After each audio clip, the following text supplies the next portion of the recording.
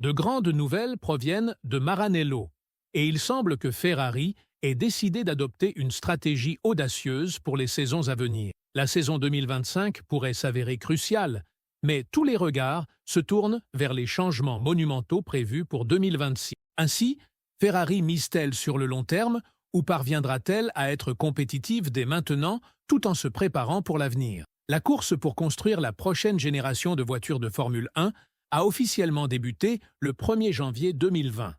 Toutes les équipes, de Ferrari à Sauber, se préparent pour un nouveau départ sous les réglementations révolutionnaires de 2026. Selon David Sanchez, directeur technique d'Alpine, ces nouvelles règles offrent une opportunité à tous, même aux plus petites équipes. Sanchez avait même suggéré l'année dernière que ces réglementations pourraient contraindre les équipes à sacrifier une saison afin de repartir de zéro.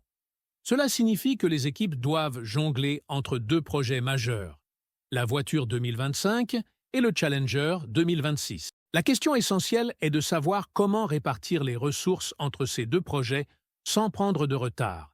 Et une chose est certaine, le système d'attribution des heures en soufflerie, basé sur le classement des constructeurs, jouera un rôle déterminant dans l'établissement de la hiérarchie. Le directeur technique de Ferrari, Loïc Serra, mène cet effort, gardant un œil sur 2025 et l'autre résolument tourné vers 2026. Après avoir officiellement pris les rênes à Maranello le 1er octobre, Serra a planifié méticuleusement la répartition des ressources, allant jusqu'à créer une équipe dédiée d'ingénieurs exclusivement chargés du développement pour 2026.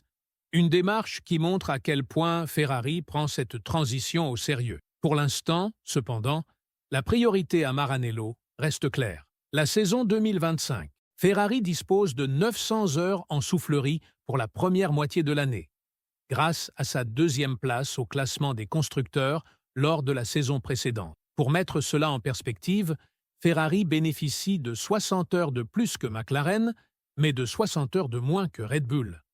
Ces heures seront réévaluées en milieu de saison en fonction du classement établi après le Grand Prix du Canada, le 23 juin. Sur ces 900 heures, Ferrari prévoit d'en consacrer environ 600 à sa voiture 2025, la SF25, dont 180 heures seront utilisées à des vitesses plus élevées, dépassant 54 km/h. Cette répartition est essentielle, car la SF25 devrait être nettement différente de sa prédécesseur, la SF24. De plus, il faut faire face au défi de s'adapter à la nouvelle directive technique de la Fédération internationale de l'automobile, qui impose des modifications aux ailes avant le Grand Prix d'Espagne. On comprend ainsi pourquoi Ferrari concentre tous ses efforts sur la perfection de sa voiture 2025. Parallèlement, des travaux de modernisation de la soufflerie de Ferrari sont en cours et devraient être achevés d'ici l'été. Cette installation modernisée jouera un rôle crucial dans le développement à la fois de la SF25 et du Challenger, si important pour 2026. Alors que Ferrari divise son attention, plusieurs équipes du milieu de grille, comme Sauber, bientôt Audi, Aston Martin et Haas, misent tout sur 2026. Selon des sources internes, ces équipes ont déjà alloué plus de 50% de leurs ressources aux nouvelles réglementations et prévoient de passer entièrement au développement de la voiture 2026 d'ici le mois de mai. Mais il y a un hic. La nouvelle directive technique TD18 de la Fédération internationale de l'automobile pourrait compliquer leurs plans. S'adapter à ces changements nécessitera des ressources supplémentaires et pourrait forcer les équipes à repenser les designs de leurs voitures 2025. Ce jeu d'équilibre est particulièrement difficile pour les équipes plus modestes, qui fonctionnent déjà avec des budgets plus restreints. Une équipe qui se démarque dans ce contexte est Cadillac, le nouveau venu américain qui fera ses débuts en 2026 sous la bannière de General Motors et qui dispose d'un impressionnant total de 1380 heures en soufflerie. Un avantage considérable par rapport à des équipes établies comme Ferrari, McLaren et Red Bull. Avec cet avantage initial, Cadillac pourrait perturber la hiérarchie de la Formule 1 d'une manière que peu de gens anticipent. Tandis que les équipes plus modestes se lancent à fond dans 2026, Ferrari adopte une approche plus prudente. Le plan consiste à transférer progressivement l'attention vers la voiture 2026 au fur et à mesure que la saison 2025 progresse. Dans la seconde moitié de l'année, on peut s'attendre à une répartition plus équilibrée des ressources entre les deux projets. Il est intéressant de noter que Haas, qui utilise la soufflerie de Ferrari, continue de bénéficier de son association avec Maranello. L'équipe américaine dispose de 1200 heures en soufflerie cette saison et exploite cet avantage pour perfectionner sa voiture 2025.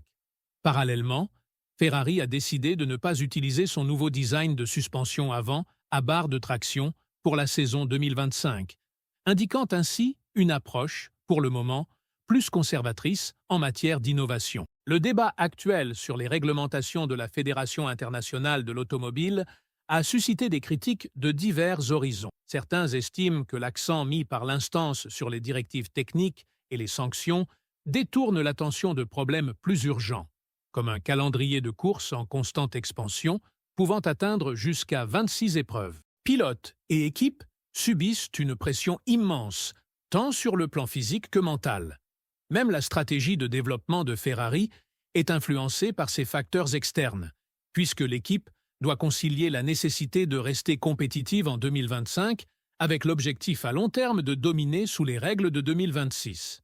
Il s'agit, bien sûr, d'un exercice d'équilibre extrêmement délicat, où tout faux pas pourrait entraîner des conséquences significatives. Au milieu de toute cette discussion technique, une nouvelle a fait sourire les fans de Ferrari.